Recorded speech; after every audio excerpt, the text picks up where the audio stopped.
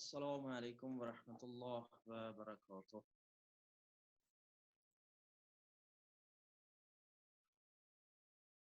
تمام احباب کو ایک مرتبہ پھر آج ہم لوگ خوش آمدید کہتے ہیں۔ اعوذ باللہ من الشیطان اللعین الرجیم، بسم اللہ الرحمن الرحیم، وبہ نستعین وهو خیر ناصر ومعین، رب یسر ولا تعسر فتمم بالخیر۔ خداوند متعال ہمارے ان لمحات کو اپنی بارگاہ میں عبادت شمار فرمائے، اور پروردگار عالم ہماری تمام غلطیوں کوتاہیوں سے درگزر فرمائے۔ پروردگار عالم تمام بشریت کو ان امتحانات میں کامیاب و کامران فرمائے، اور مسلمین جہان اور خصوصاً شیعیان جہان کو اپنی حفظ و امان میں قرار دے۔ خداوند متعال نے ایک ہمیں فرصت نصیب کی کہ ہم لوگ ان مباحث کو تسلی کے ساتھ اور احسن انداز میں یہاں پہ بیٹھ کے چند لمحات فکر کر سکیں اور سوچ سکیں۔ ہماری جو گفتگو کا سلسلہ چل رہا تھا وہ بحث عقائد کے بارے میں ہے، اور ہم لوگوں نے جو ابھی تک غور و فکر کیا وہ یہ تھا کہ اس کائنات کے بارے میں آیا ہمیں غور و فکر کرنا چاہیے، سوچنا چاہیے یا نہیں، اور اگر سوچنا چاہیے تو کیوں۔ اس ضمن میں ہم لوگوں نے چند ایک باتیں کی کہ ایک تو یہ ہے کہ اگر ہم لوگ اس کائنات کے بارے میں سوچنا ہے، کمائن کہ ہمیں سوچنا ہے، کیوں؟ اس لیے کہ ہمارا نفع نقصان اس کے ساتھ وابستہ ہے۔ اگر ہم لوگ نہیں سوچیں گے تو ہو سکتا ہے کہ کل ہمیں نقصان اٹھانا پڑے یا اس فائدہ سے ہم لوگ محروم ہو جائیں جو ہمیں ملنے والا ہے۔ اسی طرح سے مزید نکات کی طرف ہم لوگوں نے بحث کی، اور پھر ہم لوگوں نے یہ سوال اٹھایا کہ اچھا اگر ہم لوگ غور و فکر کرتے ہیں تو اس کا ہماری زندگیوں میں فائدہ کیا آنے والا ہے۔ تو اس میں بھی چند ایک باتیں ہم لوگوں نے کہ خدا کے بارے میں اگر ہم لوگ سوچنا چاہتے ہیں، کائنات کے بارے میں ہم لوگ سوچنا چاہتے ہیں تو ہمیں اس ضمن میں بیان کیے۔ اس کے بعد ہم لوگ دیگر چند مباحث ہم نے آپ کی خدمت میں پیش کی کہ اچھا اگر ہم لوگ سوچنا ہی چاہتے ہیں تو کیا ممکن ہے کہ ہم اس مبدا کی معرفت کو حاصل کر سکتے ہیں؟ تو ہم نے کہا کہ ہاں، اس معرفت کو حاصل کیا جا سکتا ہے۔ تو وہ راہیں کیا تھی جن کے ذریعے سے ہم لوگ اس مبدا کے بارے میں، اس آغاز کے بارے میں، اس خالق کے بارے میں بحث کر سکیں؟ تو ہم لوگوں نے کہا کہ ایک راستہ اندرونی راستہ ہے اور ایک بیرونی راستہ ہے۔ اندرونی راستہ انسان یعنی اپنے وجود کے اندر جھانکے تو اسے وہ آواز سنائی دے گی کہ وہ مخلوق ہے اور اس کا کوئی خالق ہے جس نے اس کو پیدا کیا، اور یہ آواز جب وہ مشکلات میں اور ابتلاءات میں پھنستا ہے تو اس کو بہت آسانی سے سنائی دیتی ہے، وگرنہ شاید وہ دب جاتی ہے آواز۔ پھر بیرونی راستہ کے اس پہ ہم لوگوں نے نسبتاً زیادہ بحث کی کہ ہم لوگ کائنات کے اندر پائے جانے والے نظم کے ذریعے سے پہچان سکتے ہیں اس ناظم کو، ہماری عقل اس نتیجے پہ پہنچتی ہے۔ پھر اس کی چند ایک مثالیں ہم لوگوں نے کائنات سے دی، مختلف چھوٹی سے چھوٹی مخلوقات اور بڑی مخلوقات۔ ایٹم کی مثال ہم لوگوں نے دی، چیونٹیوں کی مثال ہم لوگوں نے دی، اسی طرح سے پودوں کی اور چھوٹے چھوٹے حشرات کی ہم لوگوں نے مثال دی کہ اس قدر دقیق جو نظم پایا جاتا ہے تو یہ نظم کیسے ممکن ہو سکتا ہے کہ بغیر نظم کے ہو۔ اس کے بعد ہم لوگوں نے کہا کہ اچھا اب ہم اس کو پہچان لیا تو اس کی صفات کیا ہیں، تو اس کی صفات کے متعلق کل ہم لوگوں نے بحث کی۔ تو یہ یہاں تک ہم لوگوں نے وہ مباحث کی ہیں جو آپ کے ذہن میں ابھی الحمدللہ موجود ہیں۔ آج چونکہ ہمارے پہلے سیشن کا یہ سیکنڈ لاسٹ جلسہ ہے، یعنی سیکنڈ لاسٹ نشست ہوگی، یہ کلاس ہوگی، تو ہم لوگ چاہیں گے کہ اس کو کلوز کرنے سے پہلے ایک نسبتاً دقیق وہ لوگ کہ جو زیادہ اس میں ریسرچ کرنا چاہتے ہیں، محنت کرنا چاہتے ہیں، اس کے لیے ہم لوگ چند ایک براہین جو ہیں ان کو بیان کرتے ہیں۔ اچھا، ایک جو ابھی تک ہماری روش تھی وہ یہ تھی کہ ہم لوگ بالکل سادہ اور آسان اس کو رکھیں مباحث کو، لہٰذا ہم لوگوں نے کوشش کی کہ سادہ ہی رکھا جائے اور کتاب جو انتخاب کی وہ بھی سادہ ہی انتخاب کی، لیکن بہرحال بہت سارے سوالات پھر بھی ہمارے بہت سارے عزیزان کے ذہن میں رہ گئے ہوں گے، یا شاید مزید اس کے اوپر ان کو سوچ بچار کی ضرورت ہو۔ تو ہم لوگوں نے نسبتاً ایک مشکل راستہ یا تھوڑا سا مزید بہتر اور پختہ راستہ جو اس کو انتخاب کیا ہے کہ آج کی نشست میں ہم آپ کی خدمت میں اس کو بیان کریں، تاکہ کل والے جو سوالات ہیں مثلا صفات الہی کو اور اسی طرح سے دیگر بہت سارے سوالات جو انسان کے ذہن میں بڑھتے ہیں خدا کے متعلق، خالق کے بارے میں، اور بعض اوقات ہم لوگ اس کو سمجھنے سے قاصر ہوتے ہیں، تو بعض چیزیں ایسی ہوتی ہیں کہ جن کے ذریعے سے ہم لوگ آسانی سے اس کو درک کر سکتے ہیں، یعنی اگر وہ براہین ہمارے ذہن میں ہوں، وہ نکات ہمارے ذہن میں ہوں، تو آسانی سے ہم لوگ اس کو درک کر سکتے ہیں۔ لہٰذا آج ہم لوگ اس طرح سے بیان کرتے ہیں کہ جو ابھی تک ہماری روش تھی وہ یہ تھی، ہم لوگ ظاہر حس کے ذریعے سے، یعنی انسان جو معرفت حاصل کرتا ہے وہ معرفت انسان حاصل کرتا ہے اپنی ظاہری حس کے ذریعے سے، مثلا آنکھوں کے ذریعے سے، اپنے کان کے ذریعے سے، اور اسی طرح سے اپنے حواس خمسہ کے ذریعے سے وہ درک کرتا ہے۔ ابھی تک ہم لوگوں نے جو بات کی وہ انہی حواس کے ذریعے سے، حواس کے ذریعے سے اس کا اگلا مرحلہ ہوتا ہے کہ انسان ایک مشاہدے کو کئی بار اس کا تکرار کرے، یعنی ایک دفعہ نہیں بلکہ کئی دفعہ۔ مثلا ایک چیز جو ایک حادثہ آپ نے دیکھا لیکن وہ صرف ایک ہی دفعہ آپ کی زندگی میں ہوا، لیکن ایک بعض حوادث ایسے ہوتے ہیں کہ ہر روز آپ ان کو کیا کرتے ہیں، تجربہ کرتے ہیں، ہر روز ان کا ایکسپیریمنٹ کرتے ہیں۔ مثلا ایک دفعہ مثلا آپ گئے راستے میں اور آپ کی گاڑی کا ایکسیڈنٹ ہوا، وہ یہ زندگی میں ایک دفعہ ہوا، لیکن بعض تجربات ایسے ہیں جو روزانہ آپ دیکھتے ہیں۔ مثلا خوبصورت پھولوں کو آپ روزانہ دیکھتے ہیں، میٹھی چیز کو آپ تقریباً مثلا ایک دفعہ نہیں کئی دفعہ آپ نے کھا کے دیکھا، مثلا چینی کو آپ نے کھا کے دیکھا، ہمیشہ جب بھی آپ نے کھایا تو آپ کو میٹھی ہی لگی، کبھی بھی ایسا نہیں ہوا کہ چینی کھائی اور آپ کو کڑوی لگی ہو، مگر یہ کہ آپ بیمار۔ لہٰذا بعض چیزیں آپ کے تجربے میں آتی ہیں، تو لہٰذا ہم لوگوں نے ابھی تک جو بات کی وہ حس اور تجربے کی بات کی۔ آج ہم لوگ ایک برہان آپ کی خدمت میں پیش کریں گے جو عقل کے ذریعے سے ہم لوگ اس تک پہنچتے ہیں، یعنی وہ تجربہ نہیں ہے بلکہ تجربات کے ساتھ ساتھ وہ براہین ہیں جس کو ہماری عقل درک کرتی ہے۔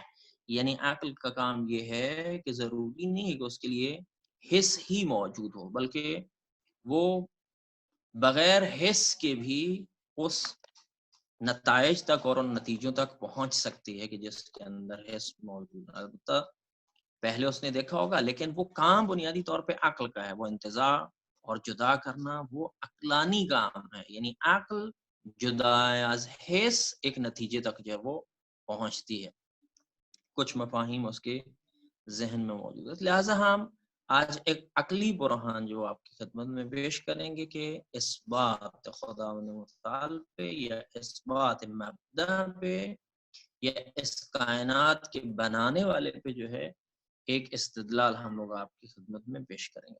لہٰذا آج ہماری خواہش یہ ہوگی کہ آپ اگر مثلا فرض کریں کسی کوشش کیجیے گا کہ ہم توجہ آپ کی ہمارے ساتھ جو رہے، تاکہ ہم لوگ یہ تو نسبتاً دقیق بحث ہے اور اس کے سلسلے جو ہیں وہ دوسری چیزوں کے ساتھ مربوط ہیں، تو وہ مشکل نہ ہو۔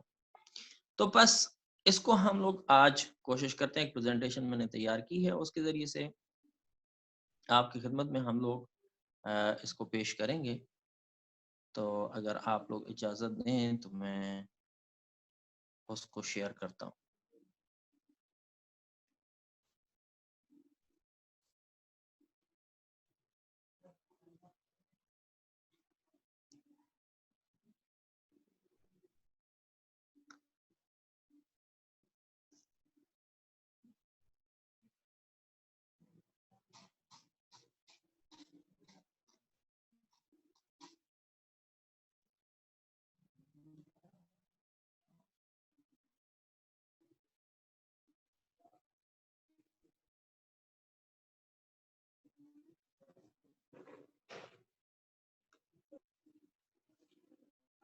آج ہمارا جو ہم لوگ برہان آپ کی خدمت میں یہاں پیش کریں گے، برہان یعنی ایسی دلیل ہوتی ہے، عقلانی دلیل کہ جس کے اندر خدشہ نہیں کیا جا سکتا، یعنی اس کو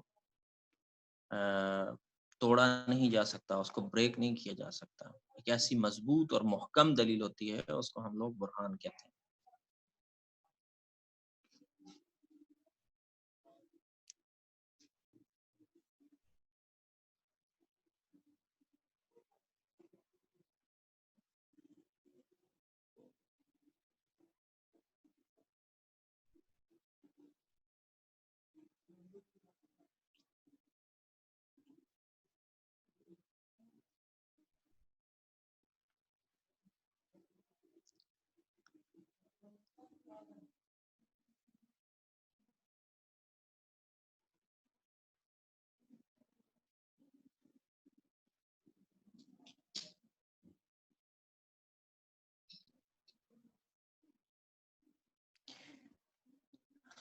ہم لوگ اس کو دوبارہ شیئر کرنے کی کوشش کرتا ہوں میں، لہذا کوئی شیئرنگ مشکل ہے۔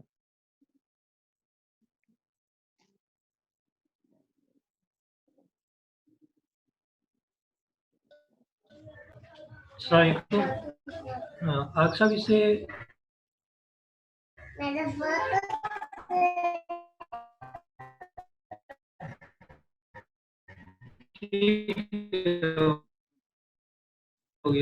یا پھر اسے پی ڈی ایف میں کر لیں تو یہ شیئر ہو سکتی ہے۔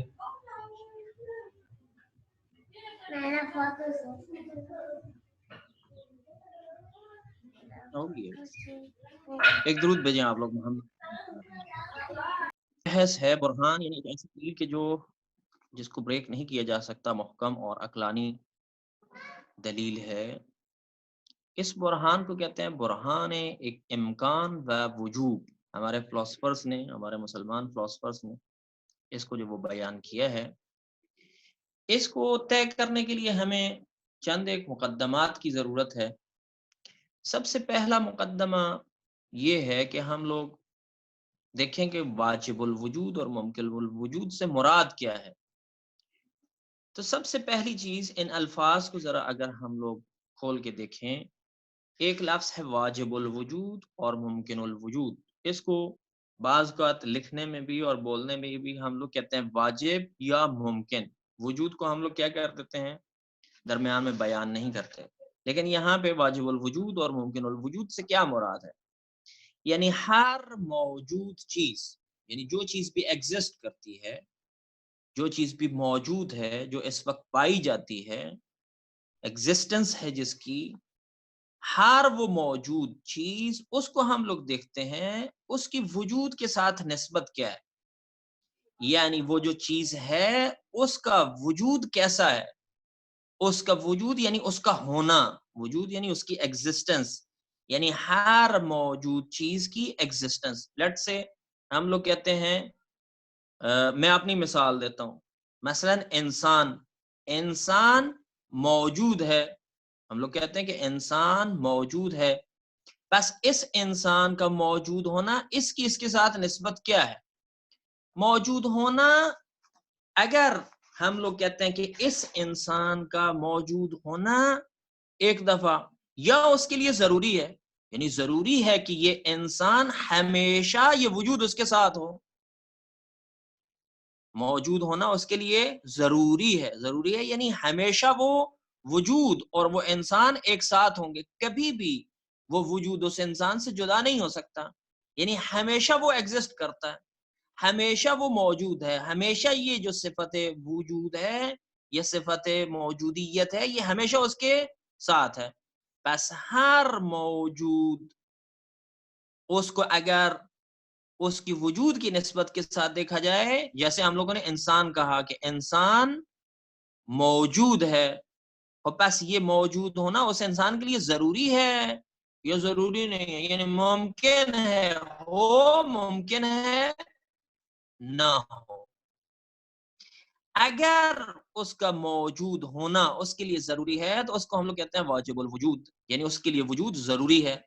ایک دفعہ ہے کہ ہم لوگ کہتے ہیں کہ نہیں، ممکن ہے یہ ہو، ممکن ہے نہ ہو، بس موجود ہونا اس کے لیے ضروری نہیں ہے، یعنی وجود اور عدم کی جو نسبت ہے وہ اس کے لیے مساوی ہے. مثلا انسان موجود ہے، انسان موجود نہیں ہے، یعنی انسان معدوم ہے.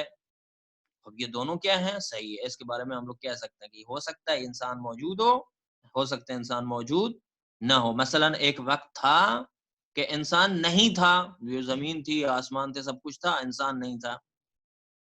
بعد میں انسان آ گیا ہے، پس انسان موجود ہے. ہو سکتا ہے کہ کل یہ انسان جو ہے یہ کیا ہو جائے؟ ختم ہو جائے، لیکن زمین و آسمان کیا ہوں؟ موجود ہوں. لہٰذا پس انسان کی نسبت وجود اور عدم کے ساتھ وجود ہونے میں اور نہ ہونے میں کیا ہے؟ مساوی. ہو سکتا ہے انسان ہو سکتا ہے نہ ہو. اس کو کہتے ہیں ممکن الوجود. پس ایک ہے کہ انسان ممکن الوجود ہے، پس ہم لوگ کہیں گے کہ انسان موجود ممکن الوجود ہے. جیسے مثلا ایک مثال اور ہم لوگ آپ کو دیتے ہیں، جیسے مثلا شکر ہے. اب اس کے لیے میٹھا ہونا اور نہ ہونا شکر کے لیے ضروری ہے، یعنی جب تک شکر ہے وہ کیا ہوگی؟ میٹھی ہوگی.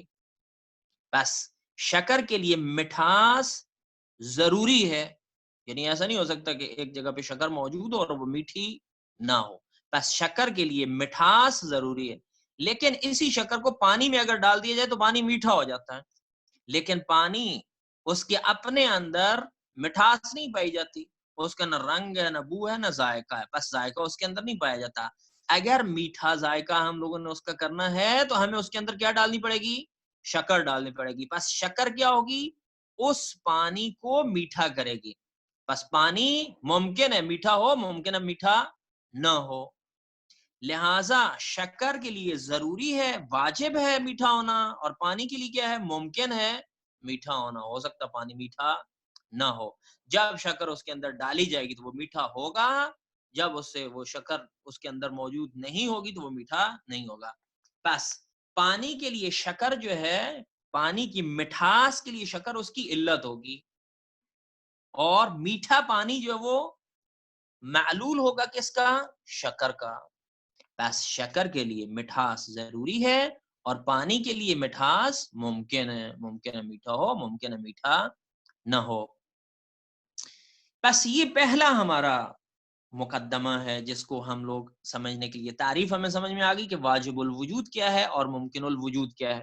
اب واجب الوجود یعنی وہ ذات کہ جس کا وجود اپنا ہے، وہ کسی اور وجود کی محتاج نہیں ہے. جب بھی ہم دیکھیں گے وہ وجود کے ساتھ ہوگی. بس وجود اس کا اپنا ہے، وہ کسی اور کا محتاج نہیں ہے وجود کو لینے میں. لیکن ممکن الوجود کیا ہے؟ وجود اس کا اپنا نہیں ہے، اس کو کسی اور سے وجود مستعار لینا پڑے گا. اس کو اگلے ہم لوگ مقدمے میں دیکھتے ہیں. بس ہر موجود ممکن کو علت کی ضرورت ہے، یعنی جب بھی اس ممکن نے وجود میں آنا ہے تو اس کو کیا کرنا پڑے گا؟ ایک علت کی ضرورت ہوگی. جیسے پانی کو میٹھا ہونے کے لیے کس کی ضرورت ہے؟ شکر ڈالے جانے کی ضرورت ہے. پس شکر کیا ہوگی؟ علت ہوگی اس کے لیے. یہ کیا ہے؟ اصل علیت کہتے ہیں اس کو، کیونکہ وجود اور عدم کی نسبت ممکن برابر ہے اور مساوی ہے. ممکن میں کیا ہے؟ نہ وجود اس کے اپنے اندر پایا جاتا ہے، نہ عدم اس کے اندر پایا جاتا ہے. مثال کے طور پہ جیسے مثلا آپ یہاں پہ اس ترکڑی کو اگر دیکھتے ہیں، اس ترکڑی کو، تو یہ ترکڑی کیا ہے؟ مثلا یہ پہلے والی ترکڑی، اس ترکڑی کو اگر ہم لوگ دیکھتے ہیں تو یہ کیا ہوگا؟ اس ترکڑی میں وجود اور عدم دونوں کیا ہیں؟ مساوی ہیں، یعنی اس کا پلڑا بالکل مساوی ہے. لیکن اگر اس کو وجود میں آنا ہے، یعنی اگر اس کو وجود میں آنے کے لیے نیچے جھکنا ہے تو اس کے لیے کیا کرنا پڑے گا؟ کسی علت کی ضرورت ہوگی، تب وہ عدم سے نکل کے اس مساوی حالت سے نکل کے وجود میں آئے گا، یعنی ایگزسٹ کرے گا. لہذا وجود اور عدم ممکن میں کیا ہیں؟ مساوی ہیں. جیسے ہم لوگوں نے آپ کی خدمت میں مثال پیش کی کہ پانی جو ہے اس کے اندر میٹھا ہونا اور نہ ہونا کیا ہے؟ مساوی ہیں. اگر پانی کو میٹھا ہونا ہے تو اس میں مٹھاس کے وجود کی ضرورت ہے، یعنی شکر کی ضرورت ہے جو اس کو کیا کرے گا، میٹھا کرے گا. لہذا وہ چیز جو اس کو میٹھا کر رہی ہے پانی کو، اس کو ہم لوگ کہتے ہیں علت. بس علت کیا ہے؟ شکر علت ہے اور میٹھا پانی اس کا معلول ہے. یعنی پانی تب میٹھا ہوگا جب اس کے اندر شکر ڈالی جائے گی، وگرنہ وہ میٹھا نہیں ہوگا. بس ہم لوگوں نے یہ کہا کہ دو چیزیں ہیں، ایک واجب الوجود ہے، ایک ممکن الوجود ہے.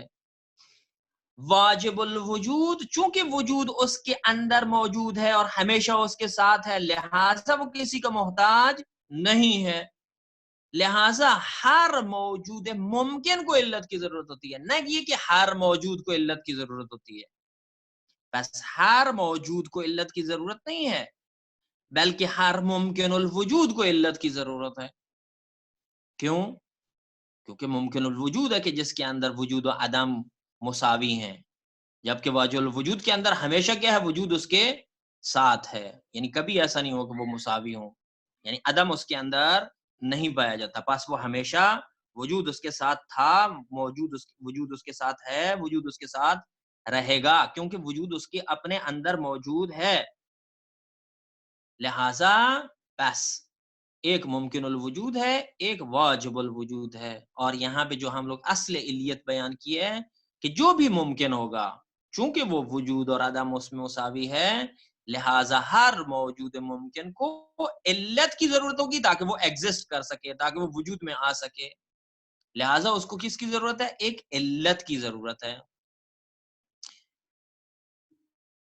اب آئیے مثلا جیسے ہم لوگوں نے انسان کی مثال دی، زیادہ آسان ہو جائے گا کہ انسان موجود نہیں تھا، بس انسان ممکن ہے.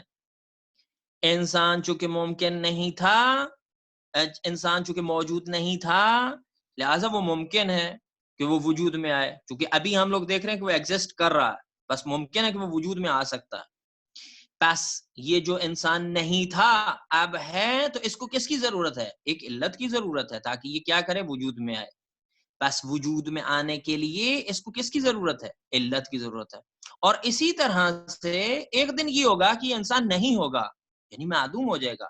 اس عدم میں جانے کے لیے بھی اس کو کس کی ضرورت ہے؟ ایک علت کی ضرورت ہے. یعنی ایک ایسی چیز ہو کہ جو اس کو کیا کر دے، اس سے وجود کو چھین لے، اس کے وجود کو اس سے جدا کر دے، اور وہ انسان کیا ہو جائے، ختم ہو جائے. بس ہر موجود ممکن کو علت کی ضرورت ہے، خواہ وہ وجود میں ہو خواہ وہ عدم میں ہو. یہ ہے اصل علیت.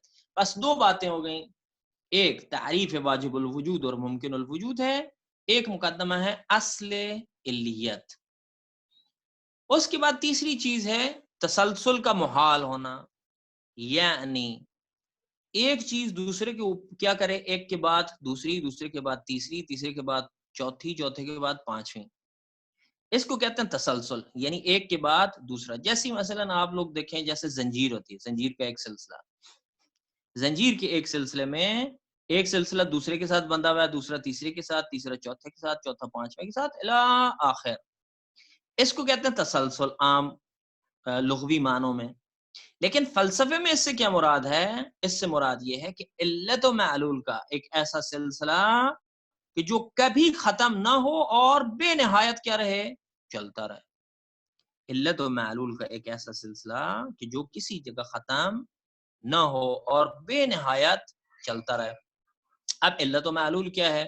مثلا ہم لوگ نے کہا کہ پانی جو ہے وہ کیا تھا، میٹھا تھا. اب پانی کو میٹھا ہونے کے لیے کس کی ضرورت ہے؟ شکر کی ضرورت ہے. شکر کے اندر مٹھاس کیا ہے، اپنی ہے. لیکن ہم لوگ کیا کہیں کہ فرض کریں کہ پانی میٹھا ہے، کس وجہ سے؟ اس لیے کہ ایک ہم لوگوں نے اور پانی لیا کہ جو میٹھا تھا، اس میٹھے پانی کو اس کے اندر ڈالا تو یہ میٹھا ہو گیا. اب سوال یہ کہ وہ خود پانی بھی کیا ہے، وہ تو میٹھا نہیں تھا. اس کے پاس جاتے ہیں کہ تمہیں کس نے میٹھا کیا؟ تو وہ کہتا ہے کہ میرے اندر ایک اور پیچھے پانی بنایا گیا تھا، اس میٹھے پانی کو اس کے اندر ڈالا گیا تو اس سے وہ میٹھا ہوا. بس ہم لوگ اس کے پیچھے جاتے ہیں. بس اس پانی کو دوسرے پانی کے اندر جو میٹھا تھا اس سے پوچھا گیا، وہ پانی اگلے پانی سے، اگلا پانی اس پانی سے، اور الی آخر وہ چلتا رہے. تو ہم لوگ سارے پانی اگر اکٹھے کر دیے جائیں اور ان کے اندر شکر جو ہے جب تک نہیں ملے گی یا کوئی میٹھی چیز نہیں ڈلے گی تو اس وقت تک وہ میٹھا نہیں ہوگا، وگرنہ تو کبھی بھی پانی میٹھا نہیں ہو سکتا، کیونکہ پانی جو ہے وہ کیا ہے، ذاتاً اس کے اندر مٹھاس نہیں پائی جاتی. لہٰذا ہم لوگ کہیں گے کہ کسی جگہ پہ شکر اس کے اندر ڈالی گئی ہے. لیکن آپ کہیں کہ الا نہایت آپ کیا کرتے رہیں، پانی کو اکٹھا کرتے رہیں، تو کیا وہ میٹھا ہوئے گا؟ ایک ایسا سلسلہ کہ جو کبھی بھی کسی ایسی جگہ پہ منتہی یا ختم نہیں ہوتا جہاں پہ میٹھی چیز اس کے اندر نہ ڈالی گئی. جتنے مرضی آپ پانی ڈال دیں کبھی بھی وہ پانی میٹھا ہونے والا نہیں ہے. لہٰذا ہم لوگ کہیں گے کہ یہ علت، یہ پانی جو ہے، یہ جو میٹھا ہے، اس کی علت پچھلے والا پانی ہے، اس سے پچھلے والا پانی میٹھا تھا کیونکہ اس کے اندر شکر ڈالی گئی تھی. بس کسی ایسی جگہ پہ اس کو ختم ہونا ہے جہاں پہ کیا ہو، شکر آ جائے اس کے پیچھے. یعنی پانی، الف پانی مثلا فرض کریں میٹھا ہے، کس وجہ سے؟ بے میٹھے پانی کی وجہ سے. بے میٹھا پانی کسی وجہ سے ہے کیونکہ اس کے اندر شکر ڈالی گئی تھی. لہٰذا وہ کیا ہوگا، سلسلہ ختم ہوگا. وگرنہ اگر اسی طرح سے اے بی اور بی سی سے آگے الی آخر چلتے رہیں اور کسی جگہ پہ سارے پانیوں کا ہم لوگ ردیف کر دیں، اکٹھا کر دیں، اور کسی جگہ پہ شکر نہ ڈلی ہو، تو یہ ممکن نہیں ہے کہ وہ کیا ہو جائے، میٹھا ہو جائے. اس کو کہتے ہیں تسلسل کا محال ہونا. مثلا ایک اور مثال یہاں پہ دیتے ہیں. مثلا ہم لوگ یہ کہتے ہیں کہ لائن میں فوجی کھڑے ہوئے ہیں اور انہوں نے فائر کرنا ہے. اب ہم لوگ کہتے ہیں کہ یہ فوجی اس وقت تک فائر نہیں کرے گا، مثلا اے فوجی، جب تک بی فوجی فائر نہ کرے. بی فوجی اس وقت تک فائر نہیں کرے گا جب تک سی فوجی فائر نہ کرے. سی فوجی اس وقت تک فائر نہیں کرے گا جب تک ڈی فوجی فائر نہ کرے. الی آخر چلتے جائیں. اگر کسی جگہ پہ وہ فوجی خود سے فیصلہ نہ کرے اور فائر نہ کر دے تو کبھی بھی یہ سلسلہ جو فائر کرنے والا نہیں. اگر وہ اس پہ دوسرے پہ انحصار کرتا رہے گا تو کبھی بھی جو ہے وہ فائر ہونے والا نہیں ہے. لہٰذا ہم لوگ اس سلسلے میں ایک ایسی جگہ پہ پہنچیں گے کہ جو کیا کر دے، فائر کر دے. اسی طرح سے ایک اور اس سے بھی بہتر مثال، مثلا زیروز، یہ زیادہ آسان ہوگی سمجھنے کے لیے. مثلا ایک زیرو ہم لوگ لگا دیتے ہیں کیونکہ زیرو کیا ہے، نو ویلیو ہے. ہو سکتا ہے اس کے اندر کوئی ویلیو آ جائے، ہو سکتا ہے ویلیو نہ آئے. ویلیو کب آئے گی اس زیرو کے اندر؟ جب اس کے ساتھ 1 آ جائے گا. بس ایک زیرو کو ہم لوگوں نے لگا دیا، اس کے ساتھ ایک اور زیرو لگا دیا، اس کے ساتھ ایک اور زیرو لگا دیا. یہ زیرو کبھی بھی ویلیو پیدا نہیں کرے گا جب تک ان کے ساتھ ایک 1 نہیں آئے گا. جب 1 آئے گا تو ان سب میں کیا ہو جائے گی، ویلیو آ جائے گی. یعنی 0 0 0، یہ 3 زیروز اگر ہیں تو اگر یہاں پہ 1 آ جاتا تو یہ 1000 بن جائے گا. لیکن اگر آپ اسی طرح سے billions and trillions of zeros کو کیا کرتے رہیں، ردیف کرتے رہیں، ساتھ ملاتے رہیں، تو کبھی بھی جو ہے وہ اس کے اندر ویلیو نہیں آئے گی، وہ کیا ہوگا، زیرو ہوگا. مثلا ایک اور مثال دیں، لائٹس کی ایک لڑی ہے، اینڈ سے پہلے والے بلب کے ساتھ کنیکٹڈ ہے، وہ اس سے پہلے والے کنیکٹڈ ہے، وہ اس سے پہلے والے کے ساتھ کنیکٹڈ ہے، وہ اس سے پہلے والے، لاکھوں کنیکٹڈ ہوں، لیکن یہ جب تک اس کے اندر کرنٹ نہیں چھوڑا جائے گا اس وقت تک یہ آن نہیں ہوں گے. لہٰذا وہ جو کرنٹ ہے وہ کیا ہے، وہ واجب ہے. یعنی وہ ہوگا کہ جو ان تمام ممکنات کو، جو روشنی ہے وہ کہاں سے آئے گی، اس سے آئے گی. لہٰذا جب تک وہ پہلے والا آن نہیں ہوگا یہ باقی سارے آن نہیں ہوں گے. وہ جو خود روشن نہ ہو اس وقت. مثال ایک اور مثال دے دیں، مثلا سورج، ساری چیزیں جو ہیں فرض کریں کہ صرف روشنی کا ہمارے پاس صرف ایک ہی ذریعہ ہے اور وہ ہے سورج. اگر سورج خود روشن نہ ہو تو باقی ساری چیزیں، مثلا فرض کریں آئینے، بہت سارے آئینے پڑے ہوئے ہیں، ان کے اندر جو روشنائی ہے وہ ان کی اپنی نہیں ہے، وہ ان کی ذاتی نہیں ہے.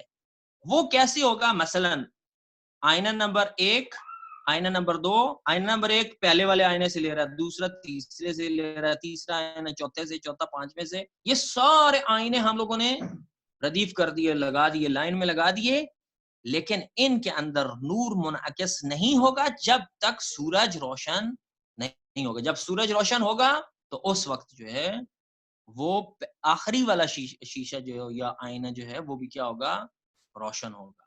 بس ایک ہم لوگوں نے بات کی کہ واجب کیا ہے اور ممکن کیا ہے, اور دوسری بات ہم لوگوں نے کی ہے کہ ہر ممکن موجود کو ایک علت کی ضرورت ہے وجود میں آنے کے لیے, ایگزسٹ کرنے کے لیے. اور تیسری بات ہم لوگوں نے کی کہ تسلسل بھی کیا ہے, محال ہے. یہ نہیں ہو سکتا کہ ایک ممکن دوسرے پہ, دوسرا ممکن تیسرے پہ, تیسرا ممکن چوتھے پہ, اور الی آخر یہ سارے ممکن ہو اور ان کے درمیان واجب نہ ہو. یہ کیا ہے, ممکن نہیں ہے. اس پورے سلسلے میں ایک جگہ پہ ہم لوگ پہنچیں گے کہ وہ کیا ہوگا, واجب ہوگا. بس تسلسل کیا ہے, محال ہے. چوتھی چیز جو ہے وہ ہے دور, یعنی سائیکل. یعنی مثلا فرض کریں اے بی کی, اے جو ہے اس کو بی نے آن کیا, بی کو سی نے آن کیا, سی کو ڈی نے آن کیا, ڈی کو ای نے آن کیا, اور ڈی کو کس نے آن کیا, اے نے آن کیا. یعنی ڈی کی علت کیا ہے, اے ہے. مثلا اے کی علت بی, بی کی علت سی, سی کی علت ڈی, اور ڈی کی علت کون ہے, اے ہے. یعنی ایک ہی چیز, ایک معلول چند واسطوں کے ساتھ اپنی ہی دوبارہ علت ہے. یعنی ڈی معلول ہے کس کا, بی کا, سی کا, سی کس کا, بی کا, بی کس کا, اے کا, اے کس کا معلول ہے, ڈی کا معلول ہے. یعنی ایک ہی چیز چند واسطوں سے دوبارہ کیا ہو, اس نے اپنے آپ کو پیدا کیا ہو. مثلا مثال کے طور پہ ہم لوگ اسی پانی کی مثال کو لیتے ہیں. ہم لوگوں نے کہا کہ اے پانی جو ہے وہ کیوں میٹھا ہے, اس کو بی پانی نے میٹھا کیا ہے. بی پانی کیوں میٹھا ہے, اس کو ڈی پانی نے میٹھا کیا ہے. ڈی پانی کو کیوں میٹھا ہے, کیونکہ اس کو اے پانی نے میٹھا کیا. بھائی پانی جب تک اس کے اندر شکر نہ آئے وہ میٹھا نہیں ہو سکتا.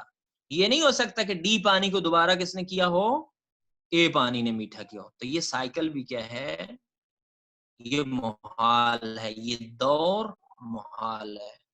بس یہ چار مقدمات تھے جن کو آپ کی خدمت میں ہم لوگوں نے پیش کیا. ایک واجب الوجود اور ممکن الوجود کیا ہوتا ہے, اصل علیت, تسلسل کا محال ہونا, اور دور کا محال ہونا.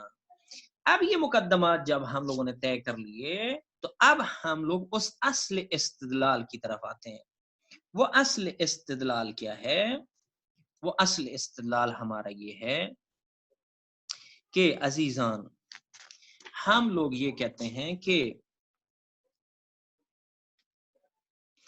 جہان ہستی میں, یعنی اس کائنات کو جب ہم لوگ دیکھتے ہیں تو اس کائنات کے اندر کچھ موجودات موجود ہیں, فی الجملہ موجودات موجود ہیں. مثلا میں موجود ہوں, آپ لوگ موجود ہیں, میرے سامنے میرا موبائل موجود ہے, لیپ ٹاپ موجود ہے, میرے سامنے کتابیں پڑھی ہیں, یہ موجود ہیں.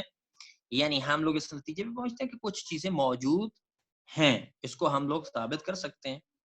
بس ہم لوگ اس کے بارے میں سوچ سکتے ہیں کہ یہ جو موجودات ہیں, یہ موجودات ان کا تعلق وجود کے ساتھ کیسا ہے.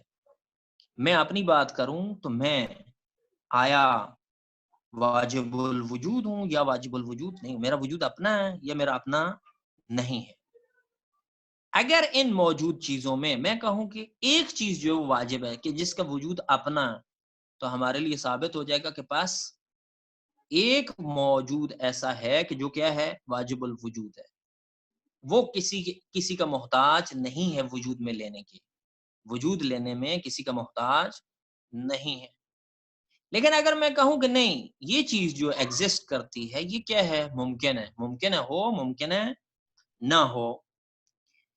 لہٰذا میں اگر یہ کہوں کہ ممکن الوجود ہے, اس کے علاوہ تو تیسرا فرض موجود نہیں, یا وہ ممکن ہے یا وہ واجب ہے.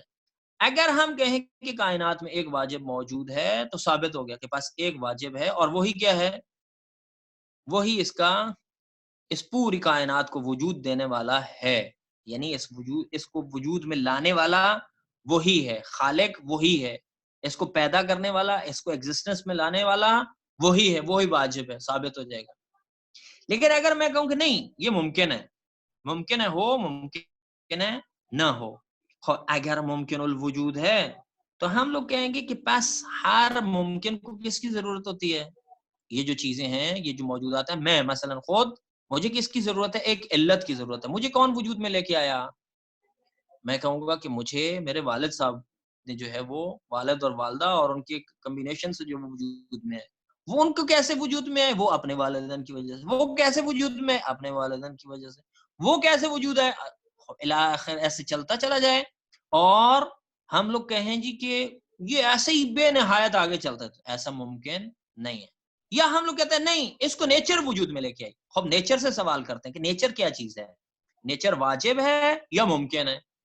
اگر آپ کہیں کہ نیچر واجب الوجود ہے تو پھر وہ کیا ہے؟ واجب ثابت ہو جائے گا۔ لیکن آپ کہیں کہ نہیں، یہ تو ممکن ہے، یہ ممکن الوجود ہے۔ اگر ممکن الوجود ہے تو خود نیچر کہ جس کا وجود اور عدم کی نسبت برابر ہے، تو اس کے لیے ضروری ہے کہ اس کے لیے کیا